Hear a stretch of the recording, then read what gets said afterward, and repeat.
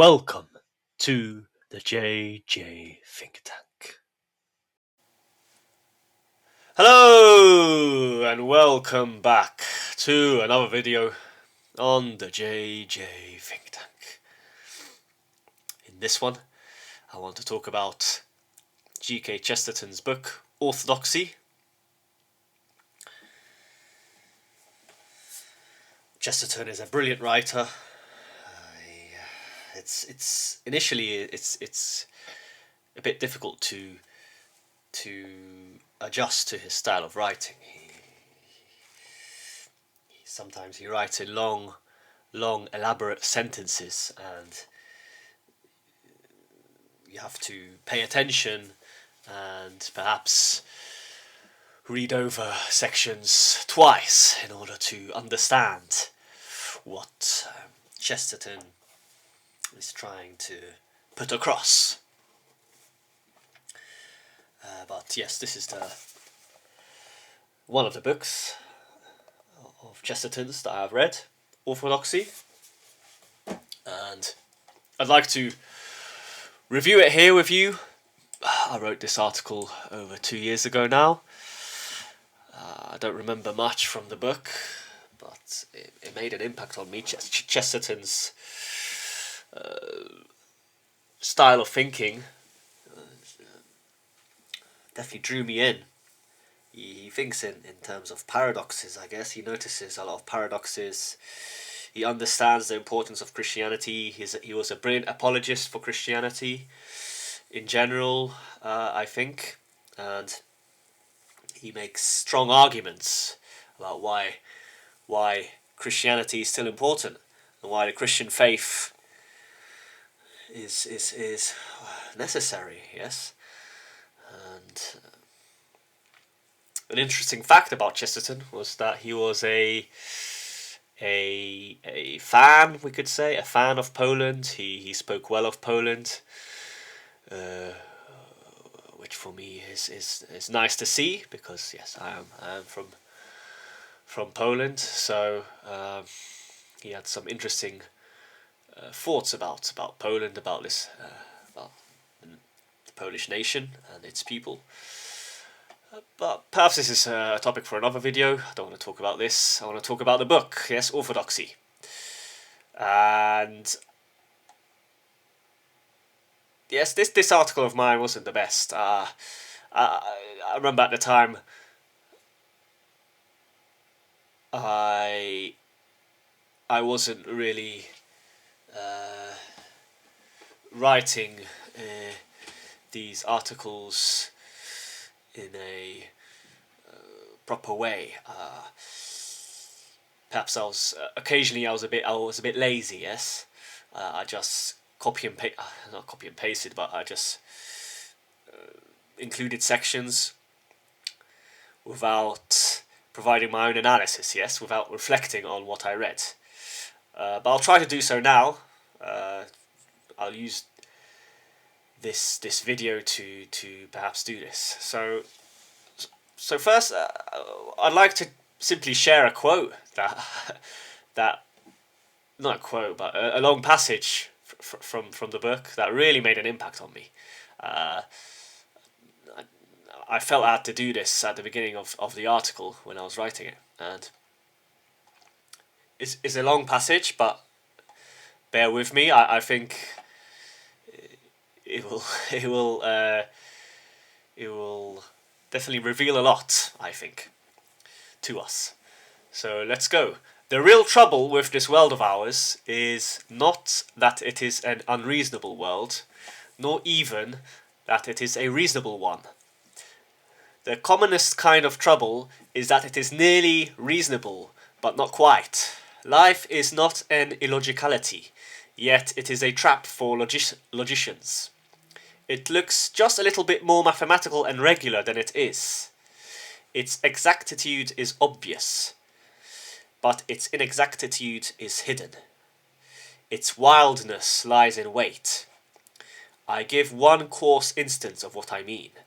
Suppose some mathematical creature from the moon were to reckon up the human body. He would at once see that the essential thing about it was that it was duplicate. A man is two men, he on the right exactly resembling him on the left. Having noted that there was an arm on the right and one on the left, a leg on the right and one on the left, he might go further and still find on each side the same number of fingers, the same number of toes, twin eyes, twin ears, twin nostrils, and even twin lobes of the brain. At last, he would take it as a law, and then, where he found a heart on one side, he would deduce that there was another heart on the other, and just then, where he most felt he was right, he would be wrong. It is this silent swerving from accuracy by an inch that is the uncanny element in everything. It seems a sort of secret treason in the universe. An apple or orange is round enough to get itself called round, and yet it is not round after all. The earth itself is shaped like an orange in order to lure some simple astronomer into calling it a globe. A blade of grass is called after the blade of a sword because it comes to a point, but it doesn't. Everywhere in things there is this element of the quiet and incalculable. It escapes the rationalists, but it never escapes till the last moment. What a passage. I think that's a brilliant passage there by Mr. Chesterton. Gilbert Keith Chesterton. And yes, life is almost regular, yes? It's almost exact. We could calculate everything down to a T. Nearly. This universe is nearly mathematical, precisely arranged in a mathematical manner. But always there are these little paradoxes, yes? Or something just slips from our grasp. We are unable to completely boil down the laws of reality. Or let me put it this way, we can't boil down reality to a set number of laws. There's always an element of mystery, yes? And I think this is what GK Chesterton noted. And because of this, he understood the importance of faith, of belief in God, of the importance of Christianity and the Christian faith.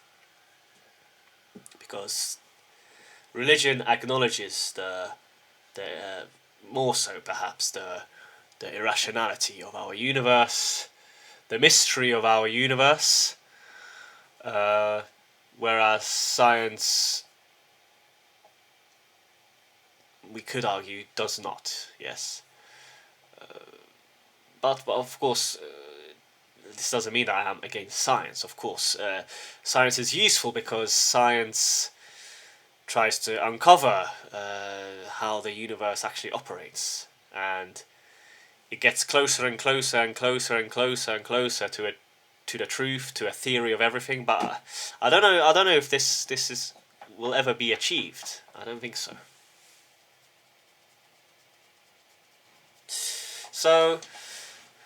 So yes, and then I'll quickly share what I wrote down here. So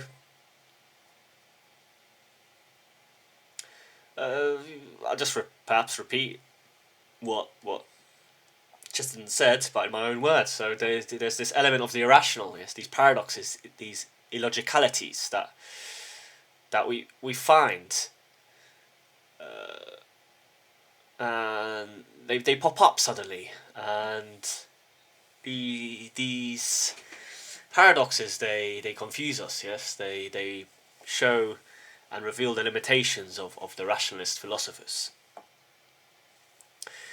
So now you can hear these rationalists like Ray Kurzweil, I guess he could be classed as a rationalist. I mean, he's making these absurd claims that you can upload your consciousness to a machine and then achieve immortality, or that if enough data if enough data is collected, one can predict the future exactly, or hack human consciousness, which is what Yuval Noah Harari said in the past. I think he has changed his mind recently.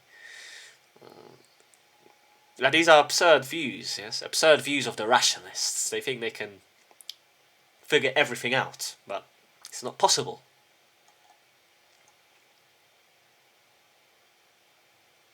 And now I'd like to return to the idea of Christianity and Chesterton's apologist stance. So Chesterton argues that Christianity solves these contradictions by simultaneously upholding both conditions in a given paradox separately, thereby allowing a breakthrough in any particular paradox. So I'll provide one example. So for instance, Christianity was criticized or is still criticized now as being something timid and unmanly when it comes to its attitude towards resistance and fighting. Yes, but on the other hand, it was also criticized. Christianity, the faith, the Christian religion, was also criticized for being the mother of wars, for being too aggressive for fighting, etc. But Christianity it allows for both phenomena to exist by keeping them separate and pure. Chesterton says this is Chesterton's argument. So let's see what he said about this. For example, this paradox. Yes, because this is true. This is relevant now in our times. Definitely, because I read a lot about what Christians are saying. I listen to some of the debates. Some Christians view Jesus as like this hippie guy, love everyone, universal love, baby. Yes, let's go love everyone. Yes, but then I do understand the other argument.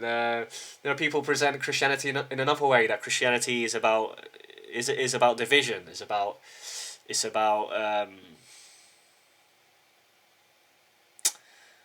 okay, maybe not division per se, but Christ said, "I didn't come to bring peace. I came to bring the sword." Yes, yes.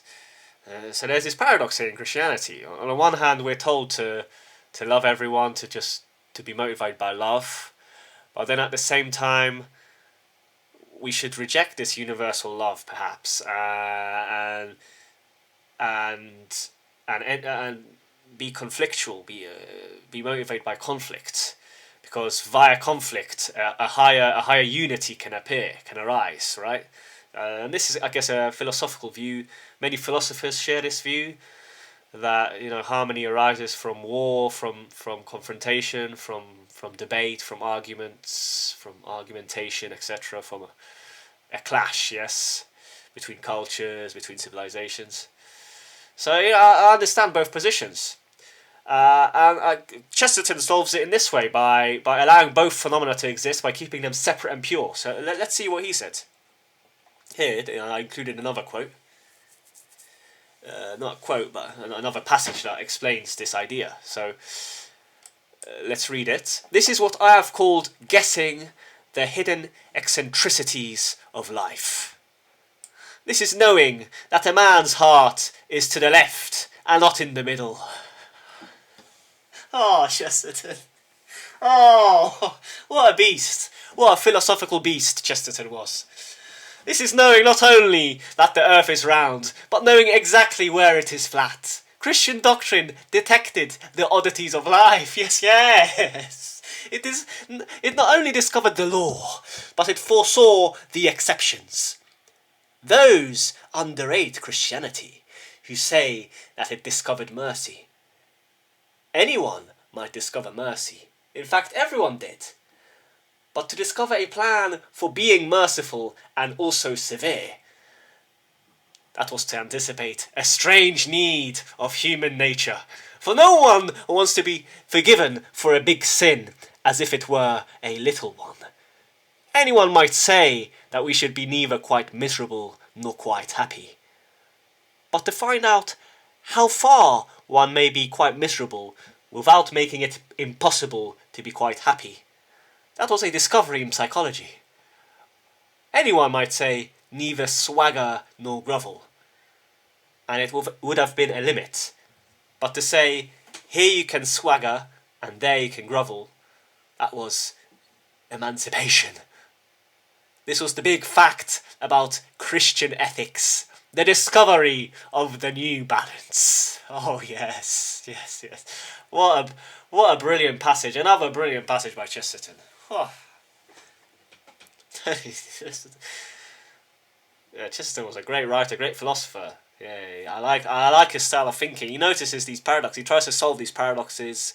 He notices how Christianity is able to hold both positions at the same time.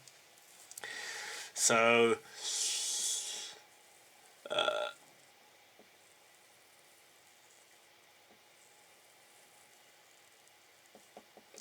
yes. And then I ended my article with this line: "The book must be read fully to appreciate it." I mean, I could have added so many other passages, but a bit pointless just to share the whole book, right? So yes, Chesterton. I remember when I read this, it made an impact on me. It made a big impact. So yes, I think that's the end of the video. I guess in general. Yes, obviously this video was a big review, but after finishing this video now with you, it's about solving paradoxes, about how Christianity is able to solve paradoxes, it's how Christianity is able to maintain both positions at the same time, how Christianity noticed these oddities of life and therefore was able to provide a new ethical structure, a new ethics that allows for emancipation. Christ is his paradoxical figure, yes. The Alpha and the Omega. So yes.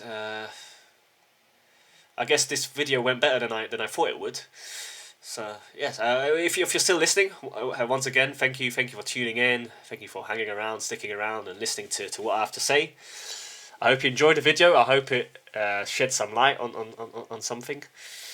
If you're a new viewer, consider liking and subscribing. It will help me grow the channel and spread more vital information that I think will help a lot of people out there. But yes, once again, thank you for listening, and I wish you all the best. Take care.